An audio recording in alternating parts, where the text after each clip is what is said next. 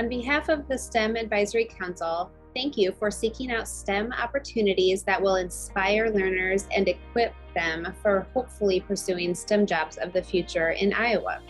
This application does not favor returning applicants in any way.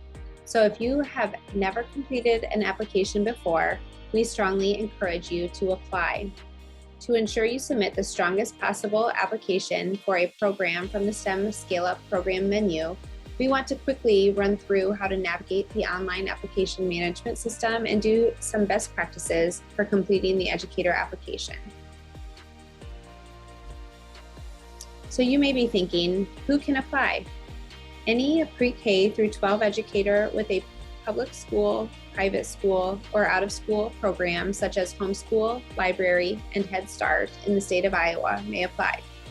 If a school district is completing the application on behalf of multiple buildings in their district, a separate application will need to be submitted for each building. Applicants may apply for more than one program and will have the ability to rank their preferences. The same process applies for organizations applying for out-of-school programs. We have discovered that the predictive text feature in some web browsers, particularly Google Chrome, interferes with features within our database application system.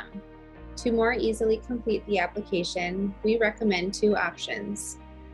You can use a different web browser without predictive text options, such as Firefox, or when using Google Chrome, you can turn off the predictive text feature by clicking on the three vertical dots in the top right corner of the screen, scroll down and select Settings. On the left side of the screen, select the clipboard icon labeled Autofill. From the options presented, select Addresses and More. You will see the top Save and Fill addresses with a toggle button to turn this feature on and off. It will appear blue when on, so simply click the toggle button to turn this feature off.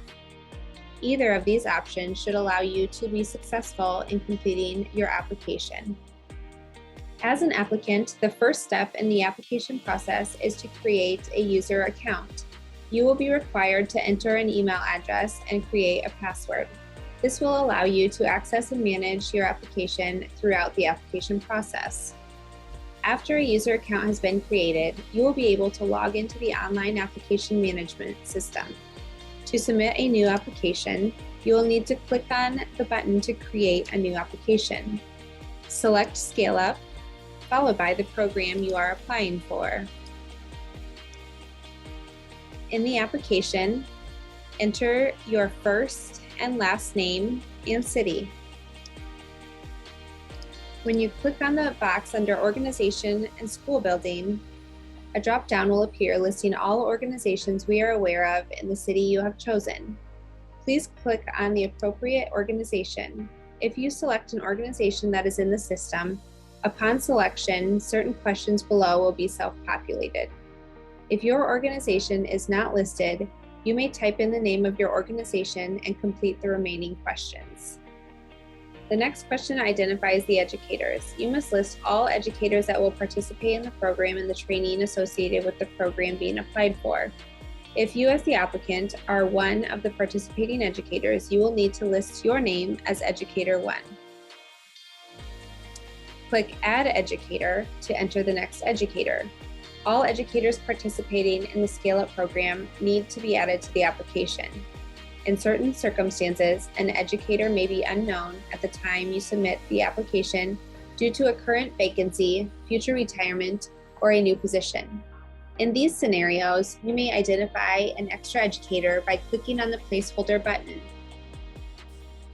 If your organization receives an award, the placeholder educator will need to be identified prior to June 1st.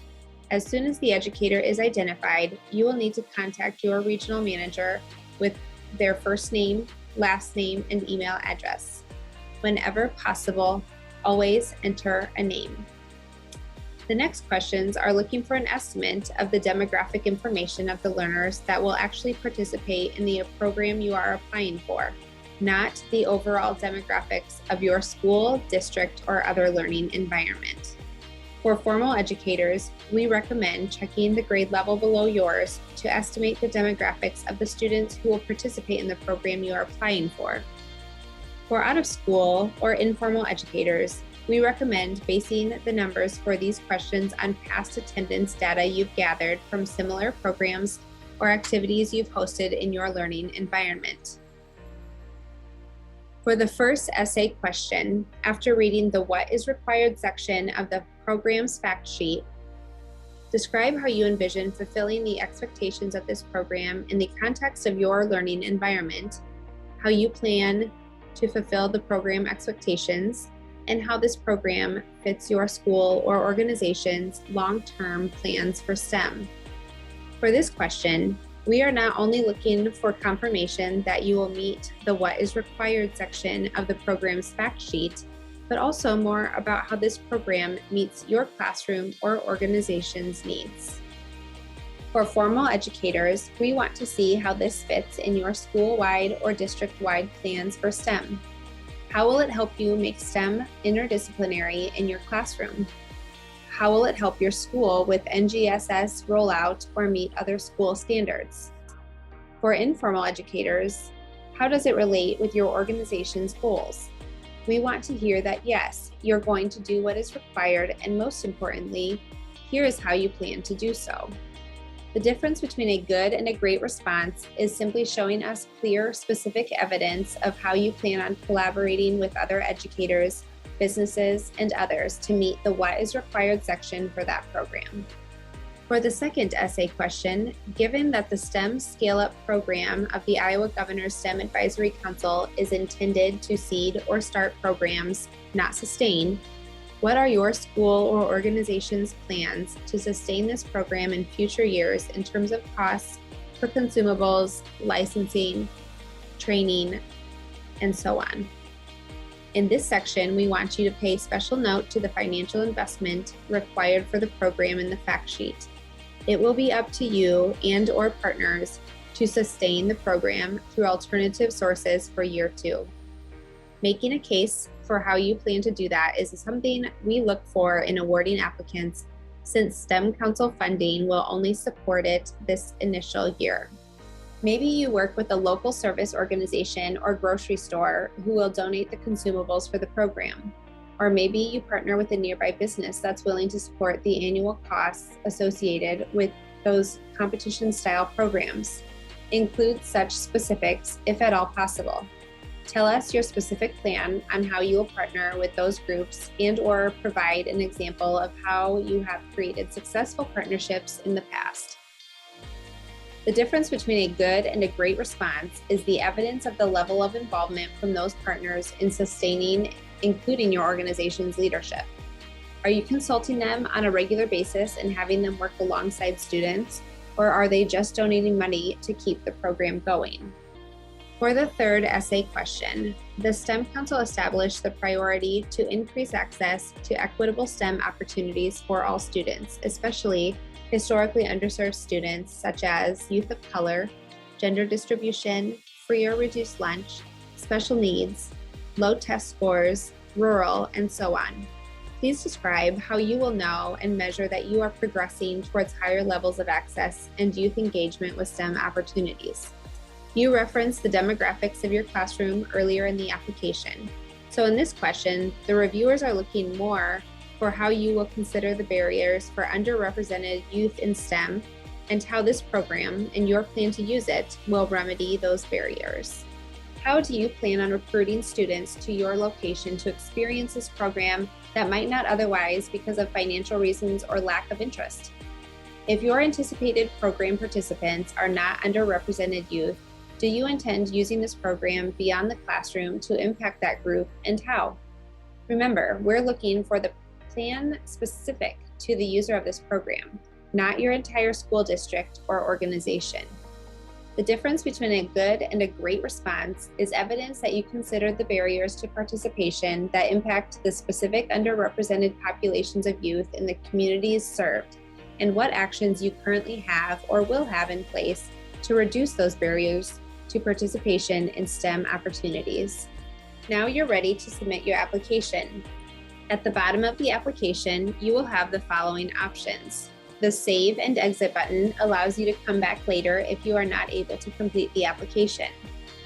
The Submit button will allow for a final review of the application and submission. At this time, you will want to go through the application to make sure everything is accurate. If everything is accurate, you may select the Submit button at the bottom of the screen. That is the final step of submitting your application. An email will be sent to the applicant confirming the application has been submitted.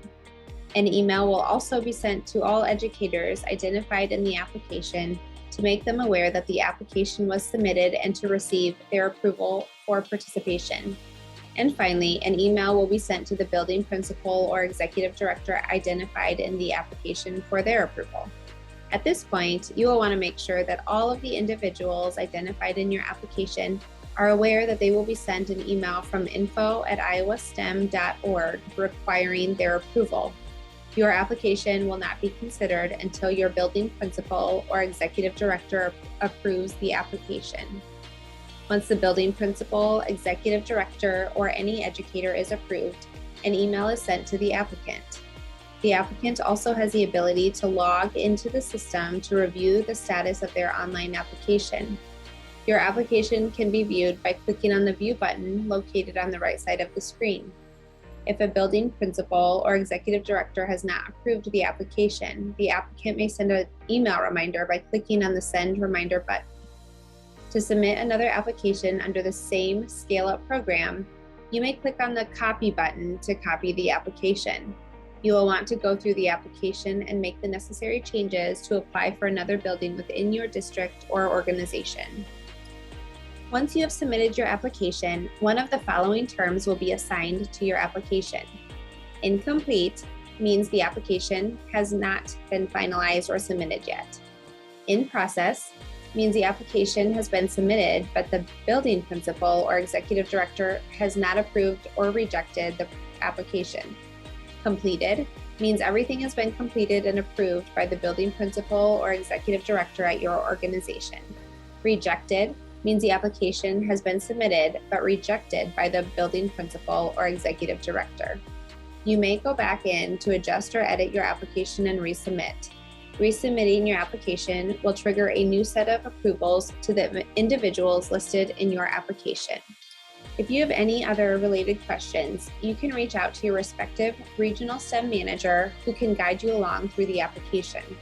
We also have a frequently asked questions page at the link you see here.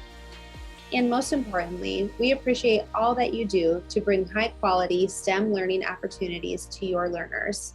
With your help, we can make a difference in young lives across Iowa and inspire the next generation of STEM literate workers for our state and our world.